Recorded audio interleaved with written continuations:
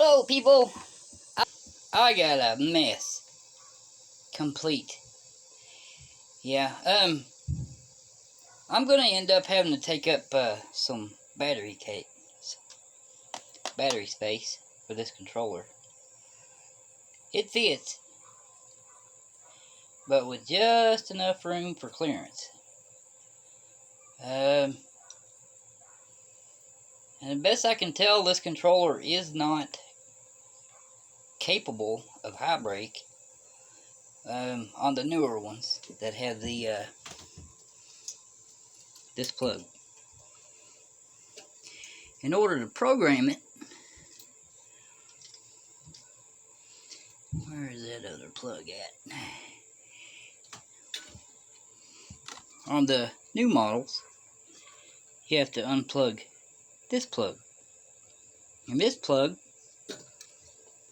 runs into this one with these three wires, and that runs into the controller itself. Now if you guys are going to do this, anybody that gets this and wants to upgrade the motor controller, if you do, and you go with 100 amp or better, oh, and bad news, I cannot afford $300 for a motor controller, the 150 amp. This was $234, tax included, from eBay. From Hollow Motor for seller. Fairly, well, it didn't take too awful long to get here, but it was delayed. But anyway, if you're going to run a lot of current, do not use the original connectors that they sent. It's 10 gauge line, and if you run 100 amps through that, it will melt down. I'd really prefer to run 0 gauge for what this can handle. And my rim, my hub motor, I'm suspecting is only capable of about 60 amp, but I'm going to push it to 70. That's what the batteries are rated. The original controller was 50 amp at 72 volts, so that's up around 3,000 watts, so it was extremely choked back. Hub motor's rated at 1950. Yes, I'm going to over push it, but I want the speed. Anyway, these are 4 gauge lugs. You'll have to grind the sides off of them, and also the tip. And you might want to consider getting a little bit longer screws to go in there, because the ones that come with it aren't really meant for anything this thick. They had the 10 gauge stuff with a real thin ring terminal, and Anderson connectors, pretty hefty, but 10 gauge wire. I'm not going to trust that, because I cannot stand a voltage drop. Under full load, meaning hard throttle, you can end up with less of an acceleration on thinner gauge wire because of an extreme voltage drop. So that's my goal. Reduce that voltage drop. But after you get these on, the breaker is underneath the seat right here. In order to upgrade the wiring, you're going to have to take the 4 screws out of it, which was here, here, here, and here. And it will accommodate 4 gauge wire, but I doubt very seriously you'll be able to get much more than that in it. And about the wiring, once you do this, if you dig in the harness, you'll find a red wire right here that joins in with another one, but it also connects to this, which is part of your charging, that's in the storage compartment at the bottom right there. That is a computer plug, like the end of it that goes in a computer power supply. I don't know about this wire handling the current that I need it to carry, because I'm considering using a 10 or 20 amp power source, and I'm gonna have to boost it to the boost converter, because I'm planning on, I lost the space, well, I gained the space for where the Voltol was, but the Sabvoton is too tall in this part. The tank won't drop all the way down, or storage compartment, it won't go all the way down. That's why I'm having to put it there. It's really too big to put back in this original spot. This was a metal cage that come up and flanged over, had 2 holes in it, here and here, and held the motor controller. This Sabvoton is like almost twice the length. It's crazy. Here's a 45 amp Sabvoton. That's what I bought to use as a tool. It did okay, but I could only get it like 35 miles an hour at best. Yeah, wasn't too happy with that. It's been one real big money pit, let me tell you. Anyway, about the power line. You're gonna have to cut it, this one, the big one, and you can put it in the breaker right there with the 4-gauge line coming off whatever type of battery you put in it. I chose 18650s. Those are LG MH1 cells that I bought from Jehu Garcia. What is the name of his website? Anyway, just look him up. You'll be able to find the store name.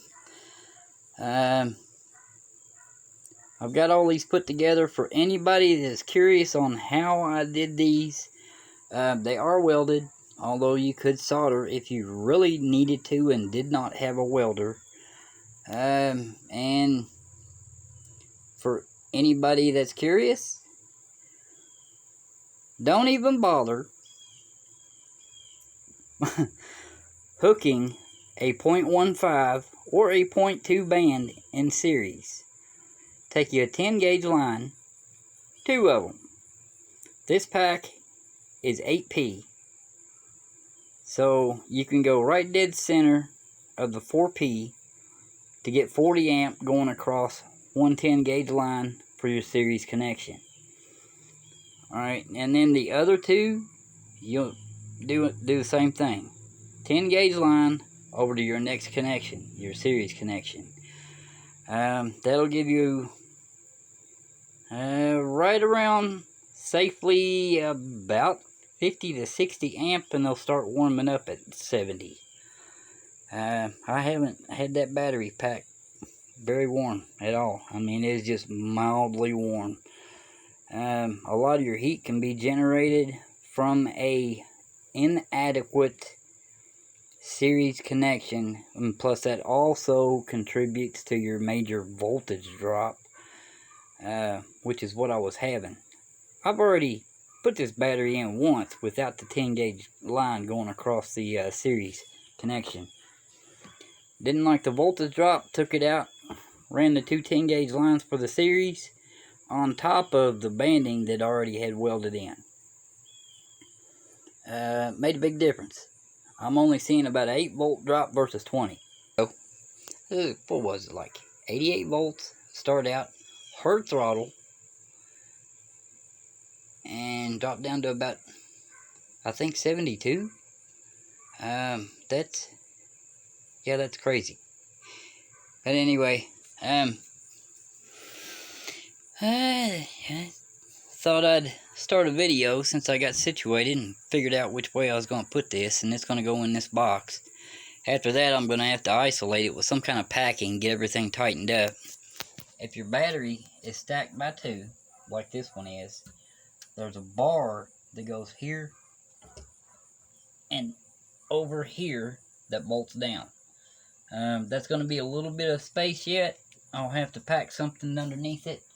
I do have some of the original foam that came with the lead acid batteries. They're sealed lead acid, not open. They were sealed. But I can use that to push the kind of support the battery and keep it secured down. I do have a spaghetti mess. This is still a work in progress. I am not going to try and finish any of this wiring until I get it sorted out. But anyway, let's see. Let me get some wrenching done.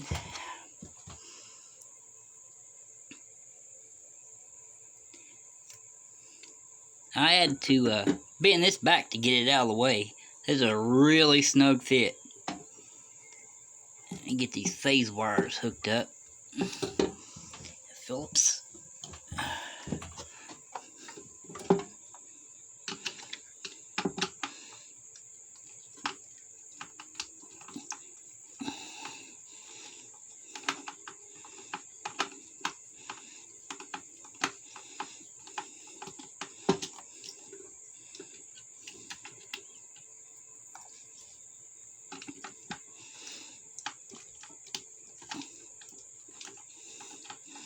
Those of you that watch my other videos could be like, hey, he didn't start out with his normal intro. Well, in deep thought. And once I get moving along, I'll point out some other wires that you're going to need to know about the bike itself. The bike is made for high brake.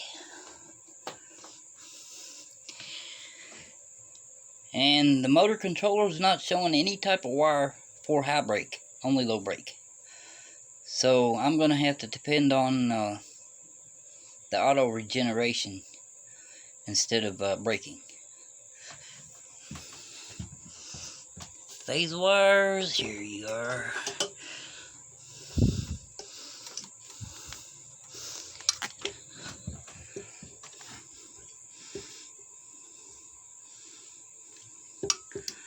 I sure hope this is the last time I've got to mess with this.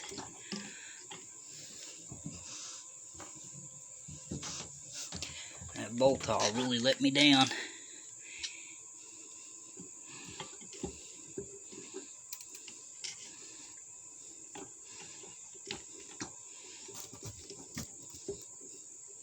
Oop. I bumped the camera.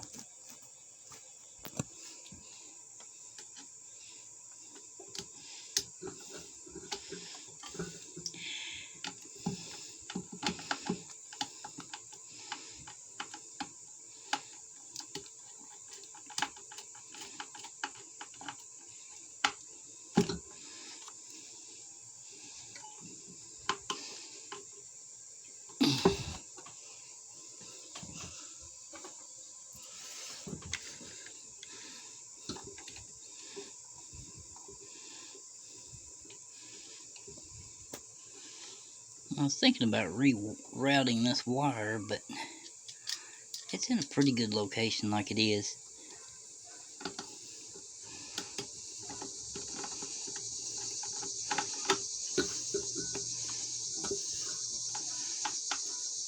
I really don't like much getting this hooked up to be able to use it. I've already converted a few things over from the 45 amp.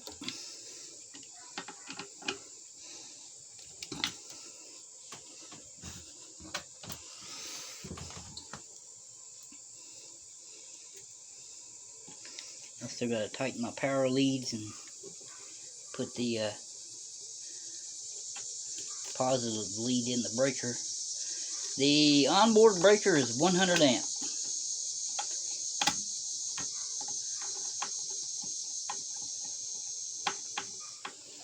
For those of you that are curious, you know, my first video I made, I did say let's tear it down and see what it's made of.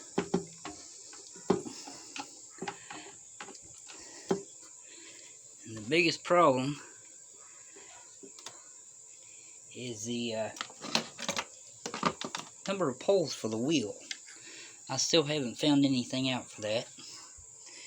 I wish I knew, but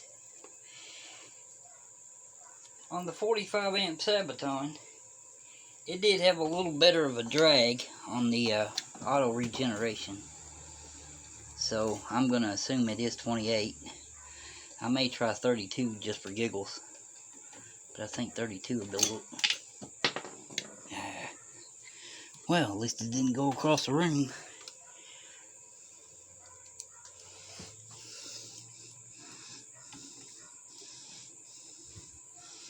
I may try 32 and see what that does.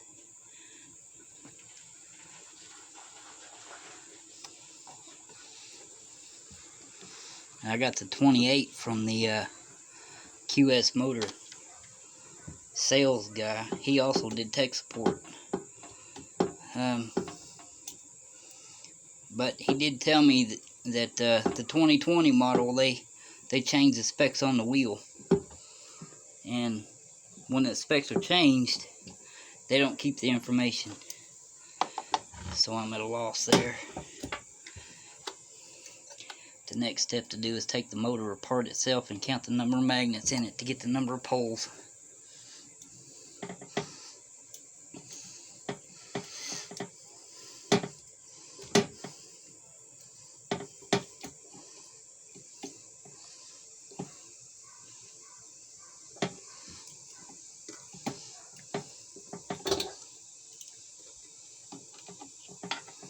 Oh, yeah, blocking your view.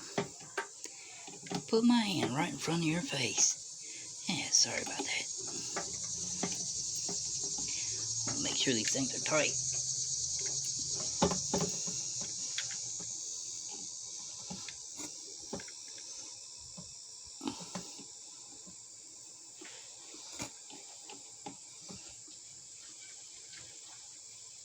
Okay.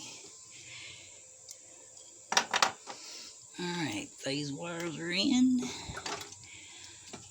Power lines are hooked up.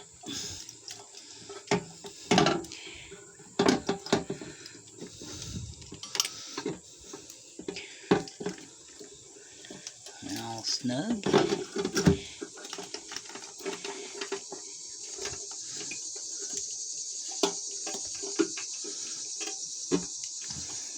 This flange right here, you might want to bend it back about an inch or so. Don't be real brutal with it though. After all, it is made in China, and the weld could possibly break.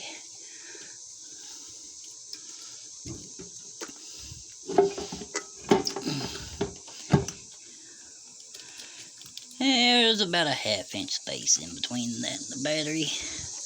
I'm happy with that. It means I can put some packing down in there. Alarm cable.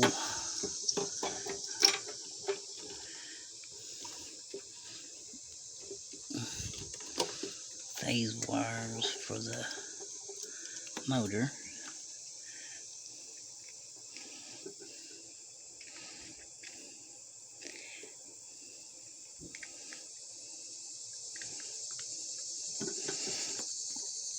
Oh, that was snug.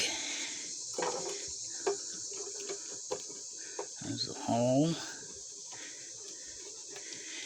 And now I need to remove this. I've already got the bike set up to accept this connector. It's the ignition switch.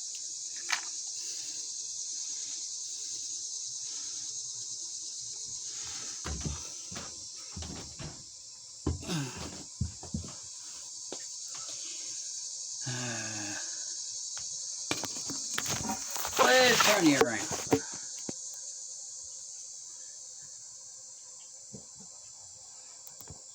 Flip.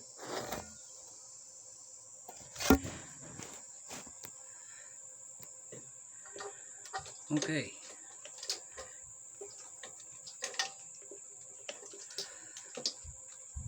Speed connector. 3-pin, 3 wires. There's the color of wires. It's like blue and light blue, brown and white, and red, and orange.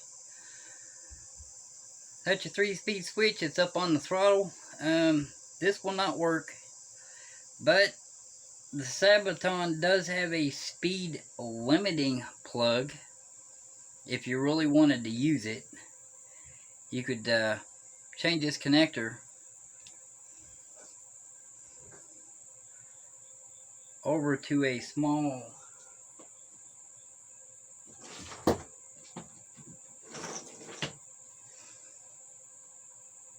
plug like this, and all you'd have to do is short the 2 wires with the switch, so you could actually set the switch up on 1 for the speed limiting, and then 2 and 3, they default already to speed 3 when you turn them on, so there's no need in being concerned about that. I did a lot of reading on this Sabvoton to try and get it figured out.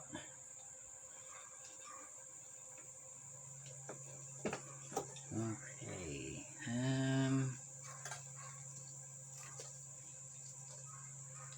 ignition. 3-speed I don't need. This was the ignition. Your yellow wire coming out of the wiring harness going down the side, that is your ignition. What I did was just basically adapt the plug to be able to plug it up. That's it. I may have to pull the plug off of the... No, because that's the same kind of plug. Okay. Yeah, I just adapted it.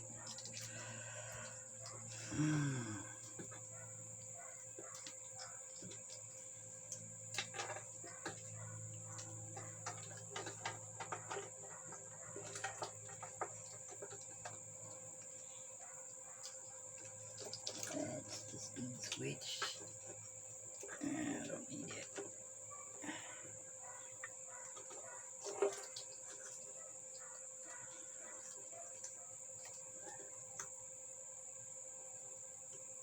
That's the blade. And here's the pins. Yeah, I adapted it.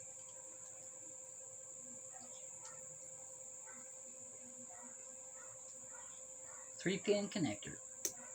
Ignition switch is now hooked up. Originally it was the blade and spade type connector.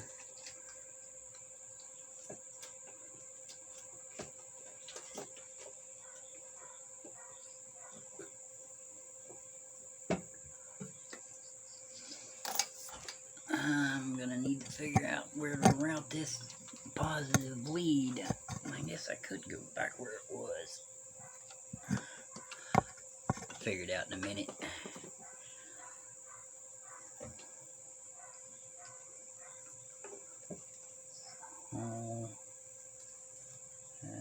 Speed limiter. I need the throttle. Okay, throttle wire. This, I have yet to figure out what the crap this is. It's a circuit board. Little bitty chip.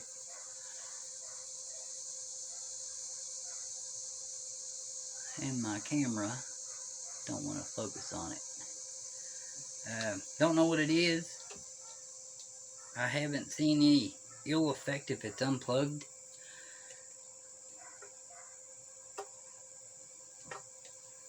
And of course, made in China. Well, no instruction manual. Wait a minute, I think there was, but it was really brief. Another one coming out of the harness. These two light blue. Now the original motor controller had these plugged up to the motor controller, but none of the buttons actually activate this. It's reverse. Sloppy writing, I know, but it is reverse. Not needed. And this thing's not needed.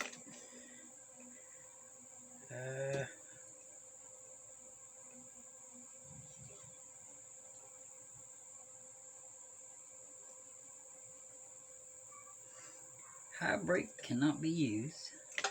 The purple wire is the wire for the speedometer. I'm hoping I found the culprit to try and get the speedometer to actually work. I believe it's the yellow wire that comes off of that 3-pin connector I showed you guys earlier. It's got to be unplugged for programming. Okay. I really wish the high brake would work so I could use a brake regeneration, but yeah, no luck there. And the motor controller with a throttle has this type plug. I did a little conversion cable myself. The type of plug that's on the bike itself is 4-pin. I actually took one wire off of the harness for high brake. The high brake control, in case you get a motor controller that does have high brake, it is a yellow and green wire that runs out of the harness. This is your 5-volt positive. This is the signal for the throttle, and this is the ground.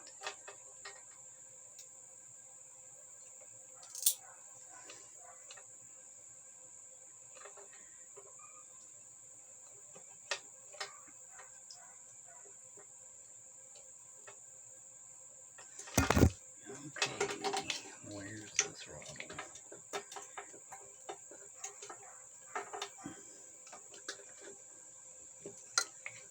Well, I tell you what, I get more batteries to go in here. I'm really gonna have to do some rearranging.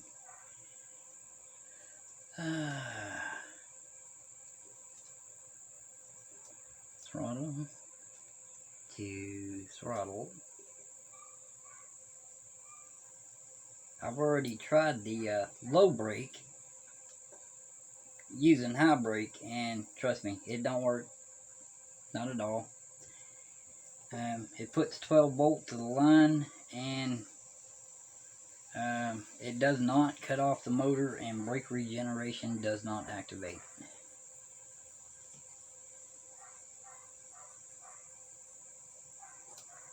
Speed limit I'm not going to mess with right now. That's something to toy with for another day. And believe it or not, this motor controller does have pedal assist.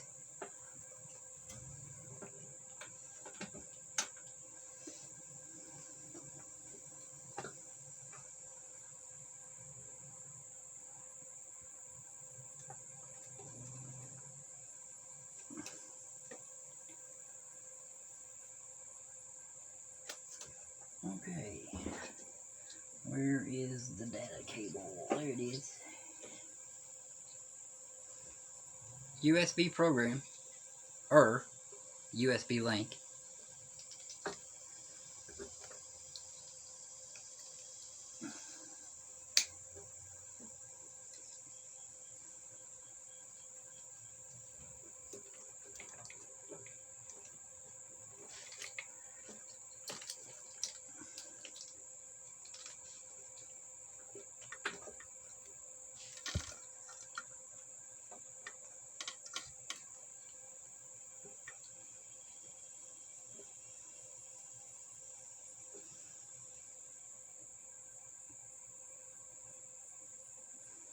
You'll want to keep your ground cable off of your lead acid batteries to bridge it in on the harness for battery charging as well.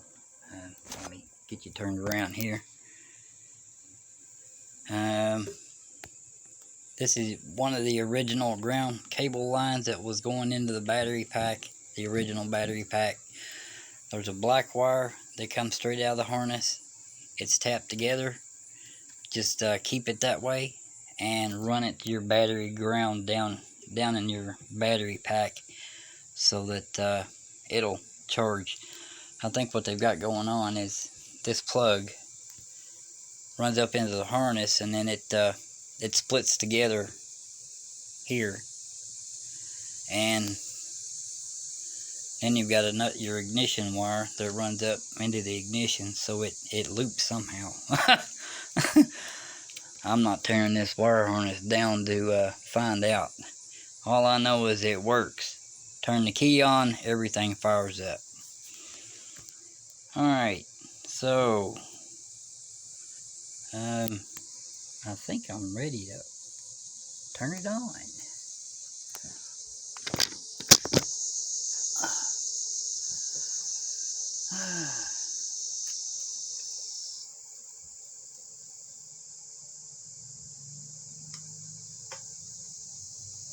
Oh, not yet. Still got the positive cable. Let's see. How am I going to run it?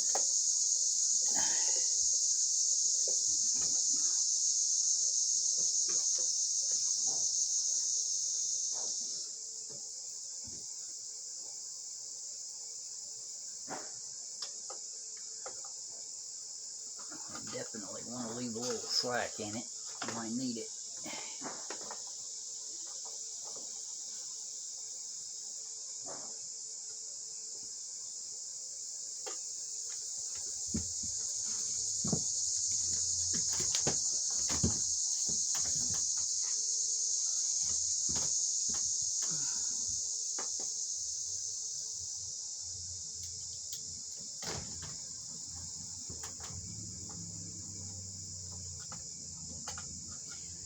I tell you, they didn't really give you that much room for setting this breaker.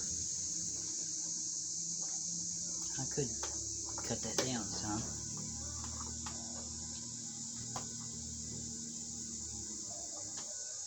That's routed pretty good.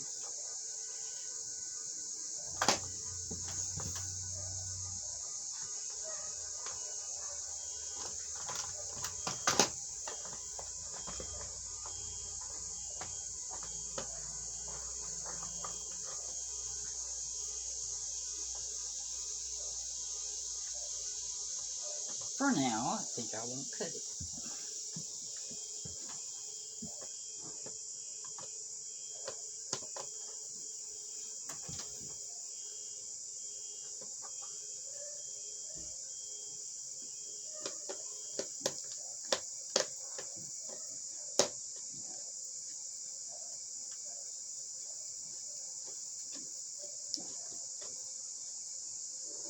That red wire that loops to the ignition, or powers it, I've actually got on the open voltage side. Because of that, the bike will still turn on. But when the breaker's off, the motor controller has no power at all. The way they had it wired, if the breaker was off, you couldn't even charge the batteries. I guess I could raise it up some and turn the camera around.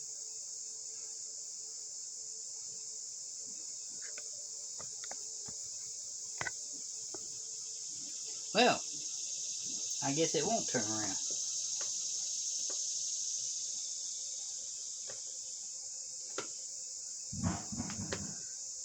Looks like to me, if I keep messing with this breaker too much, it's going to fall apart.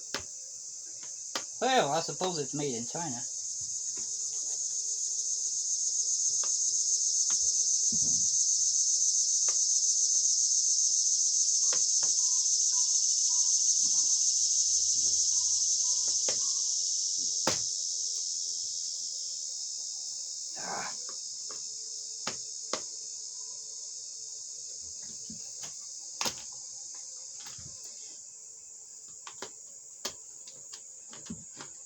Can't get it tight enough.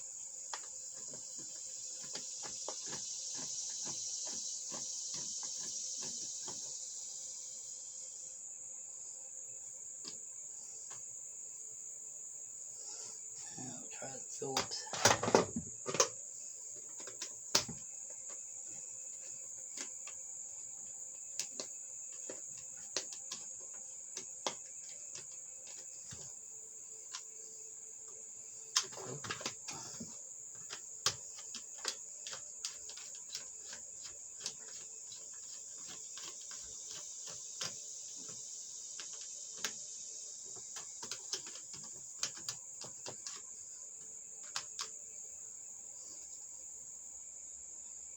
Sorry about the backwards camera.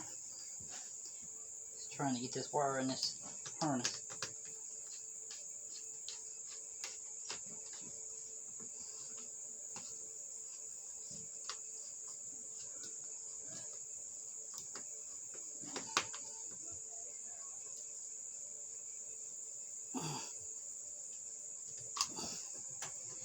Okay, that's good and snug.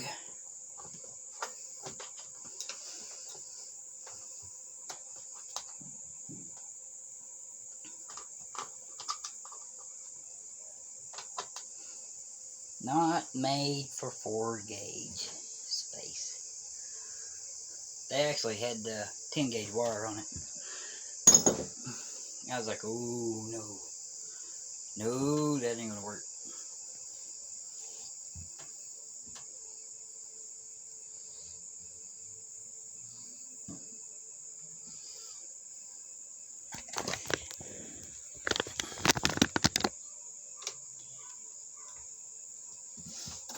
Grab the key. Turn the breaker on.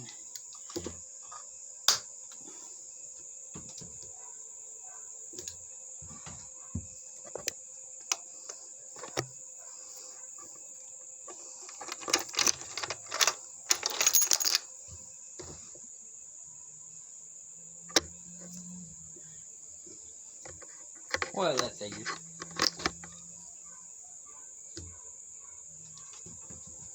Well, I'm gonna have to do the auto learn.